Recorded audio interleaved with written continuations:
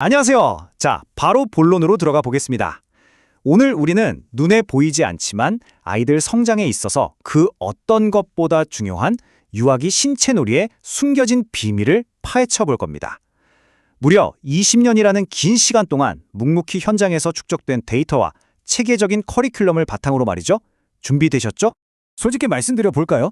많은 부모님들이 영어 단어 하나, 수학 공식 하나에는 엄청나게 신경 쓰시면서도 체육은 그냥 놀이터에서 땀 빼는 거 정도로만 생각하시는 경우가 꽤 많습니다. 그런데 진짜 문제는요. 바로 그 순간에 현대 아이들에게 아주 치명적인 신체적 결핍이 아주 조용히 일어나고 있다는 사실입니다. 혹시 우리 아이가 나중에 크게 성장하기 위해 반드시 밟고 넘어가야 할 필수 발달 단계를 그냥 건너뛰고 있는 건 아닐까요?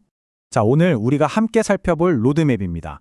숨겨진 움직임의 위기부터 운동 발달을 받쳐주는 기둥들, 작은 성공이 만드는 자신감, 그리고 마지막으로 신체 통제력이 어떻게 자기 보호로 직결되는지까지 차근차근 짚어보겠습니다. 그럼 첫 번째 섹션, 숨겨진 움직임의 위기부터 바로 시작해보죠. 도대체 왜 특정한 놀이를 안 한 게 문제가 되는 걸까요? 이게 진짜 신기하면서도 무서운 부분인데요. 어릴 때의 아주 사소한 행동 하나를 건너뛴 게 나중에 특정한 신체적 한계로 떡하니 나타난다는 겁니다. 예를 들어 볼게요. 아기 때의 방바닥을 충분히 기어다니지 않으면 나중에 어깨 가동 범위가 좁아져서 공을 제대로 못 던집니다. 또 손을 쥐었다 펴는 잼잼놀이 있잖아요. 이걸 제대로 안 한 친구들은 악력이 너무 약해서 나중에 놀이터 철봉에 매달리는 것조차 힘들어해요. 어릴 때 당기기 놀이를 안 해본 아이는 나중에 학교 체육대회 줄다리기에서 힘쓰는 요령을 몰라 그냥 질질 끌려가게 되고요. 사소한 경험의 부재가 이런 나비 효과를 불러오는 거죠. 하지만 여기서 부모님들 너무 자책하거나 걱정하실 필요는 없습니다. 아이가 또래보다 운동을 좀 못한다고 해서 그게 선천적으로 둔하거나 재능이 없는 게 절대 아니거든요. 만약 3살짜리 아이가 두 발로 콩콩 뛰는 걸 못한다면 그건 그냥 뇌에서 다리로 점프해 라고 명령을 내리는 그 신경 경로가 아직 한 번도 안 뚫려봐서 그런 겁니다. 쉽게 말해 뇌와 몸이 대화하는 경험이 부족했을 뿐이라는 뜻이죠. 자, 이제 두 번째 섹션, 운동 발달의 기둥으로 넘어갑니다. 문제점을 알았으니 확실한 해결책을 찾아봐야겠죠? 앞서 말씀드린 것처럼 진짜 제대로 된 체육교육은 그냥 운동장에 애들 풀어놓고 알아서 뛰놀게 하는 게 아닙니다. 이동, 체력, 비이동, 조작, 유연성, 체조, 그리고 게임까지 이렇게 7가지라는 아주 치밀하게 구조화된 기둥들을 바탕으로 세워지는 겁니다. 아이의 모든 신체 능력을 빈틈없이 꽉 채워주는 필수 영양소 같은 거죠. 보통 기관에서 하는 운동 검사들을 보면 심폐지구력이나 민첩성 같은 아주 기본적인 것들만 체크하잖아요. 그런데 진짜 전문적인 커리큘럼은 거기서 한 발 더 나갑니다. 능목 오르기, 밧줄 타기, 짚링이나 구름 사다리 같은 훨씬 복잡한 기구들을 과감하게 도입하는 거예요. 이걸 통해 아이들은 그저 이리저리 뛰어다니는 걸 넘어서 자기 몸을 지탱할 수 있는 진짜 근력과 지구력을 획기적으로 끌어올리게 됩니다. 아이들이 자기 몸집보다 훨씬 큰 밧줄이나 암벽에 온몸을 던져서 낑낑대며 기어 올라가는 모습을 한번 상상해보세요. 우리가 평소에 도전정신이니 근력 발달이니 하는 되게 딱딱하고 추상적인 단어들로 부르던 것들이 바로 그 순간 땀 흘리는 아이들의 생생한 움직임으로 눈앞에서 증명되는 겁니다. 그리고 여기에 아주 기가 막힌 전략이 하나 숨어 있어요. 어른들도 하기 힘든 고강도 발달 훈련을 아이들 눈에는 마치 놀이공원의 신나는 장애물 코스처럼 감쪽같이 위장해 놓는 겁니다. 아이들은 그냥 우와 재밌다 하면서 신나게 뛰어놀 뿐인데 사실 자기도 모르는 사이에 심폐지구력이 쑥쑥 크고 협응력이 레벨업되고 있는 거죠. 완전 일석이조 아닌가요? 이어서 세 번째 주제, 작은 성공을 통한 자신감입니다.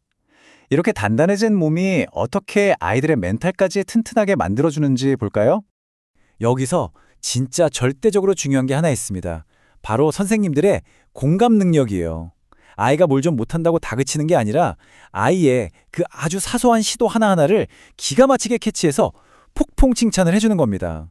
어른들 눈에는 별거 아닌 것처럼 보여도 아이들에게 이 작은 성공의 맛은 그야말로 인생을 바꾸는 엄청난 에너지가 되거든요. 자, 아이의 마음속에서 어떤 변화가 일어나는지 한번 따라가 보죠.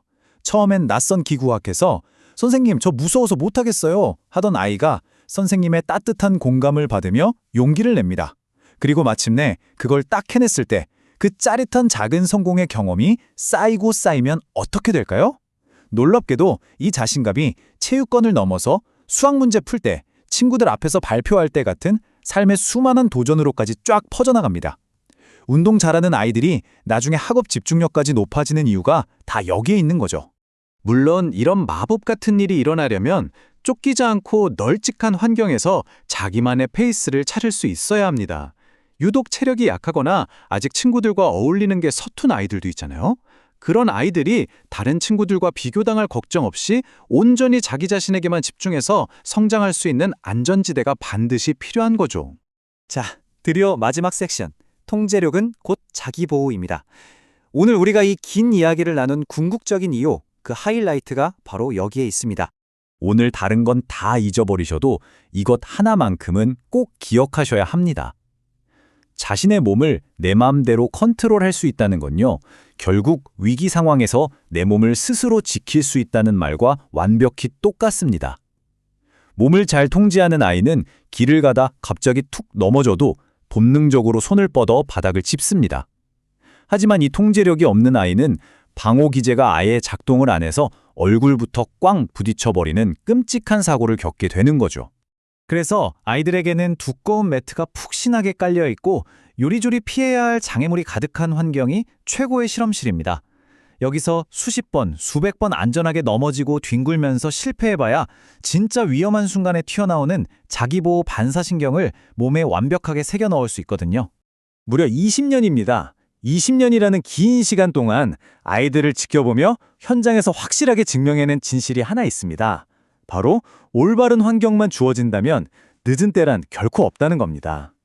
우리 아이가 혹시 예전에 어떤 발달 단계를 놓쳤더라도 마음껏 부딪혀볼 수 있는 제대로 된 기회만 딱 열어준다면 언제든 잃어버린 궤도를 다시 찾을 수 있습니다. 자, 이제 마지막으로 한번 스스로에게 질문을 던져보셨으면 좋겠습니다. 우리 아이는 앞으로 마주할 수많은 인생의 장애물들을 거뜬히 뛰어넘을 수 있는 그런 단단하고 보이지 않는 신체의 기초를 지금 제대로 다지고 있을까요? 오늘 이 분석이 우리 아이들의 진정한 성장을 고민하는 분들께 새로운 시각을 열어주었기를 바랍니다.